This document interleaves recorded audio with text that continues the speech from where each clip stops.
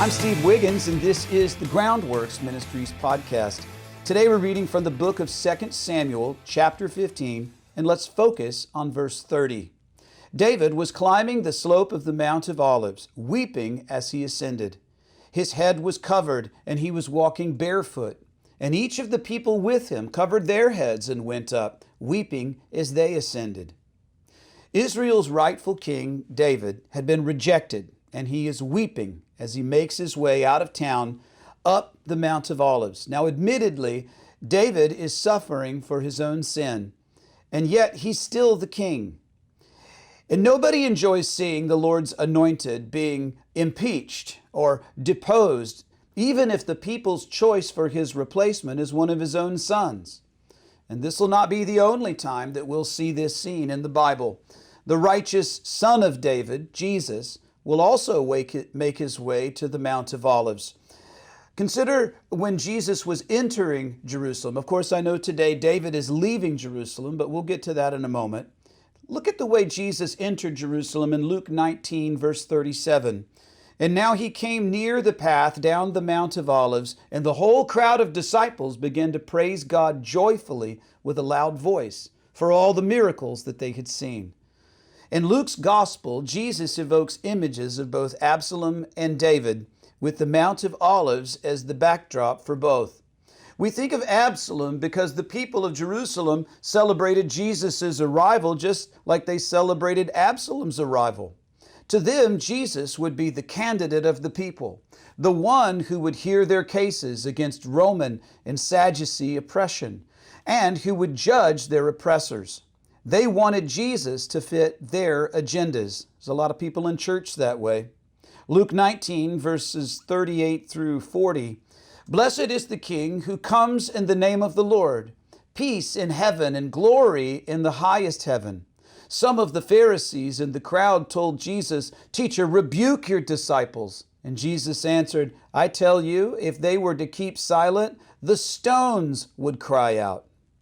Note that this was the same crowd who, once their vision for leadership became blurred, no longer wanted Jesus, but rather they chose Barabbas. We should think of David when we read of Jesus weeping over Jerusalem, because that's what David was doing as he was walking out of town. Not so much over his rejection as over the kingdom of those who had rejected him. Luke 19, verses 41 through 44. As Jesus approached and saw the city, he wept over it, saying, If you knew this day what would bring peace, but now is hidden from your eyes, for the days will come on you when your enemies will build an embankment against you. He's, of course, alluding to years and generations past when Babylon had done the same thing. They will build an embankment against you. They will surround you and hem you in on every side, and they will crush you and your children within you to the ground, and they will not leave one stone on another in you, because you did not recognize the time of your visitation.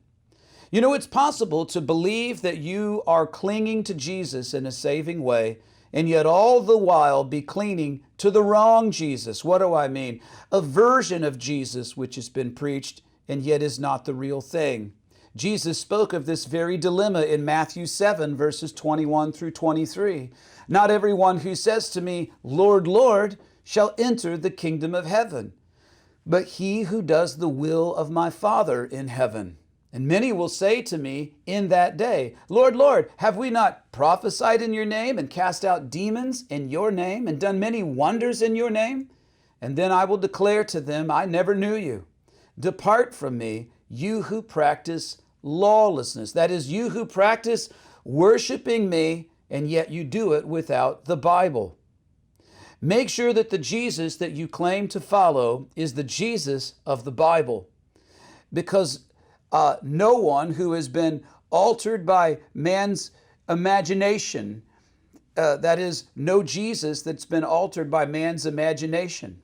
And you say, well, where can I find about the real Jesus? Well, you can always find the real Jesus in the Bible. And that's what we're doing here with Groundworks Ministries, in the Word, day by day and chapter by chapter. I'm Steve Wiggins, and this is the Groundworks Ministries podcast.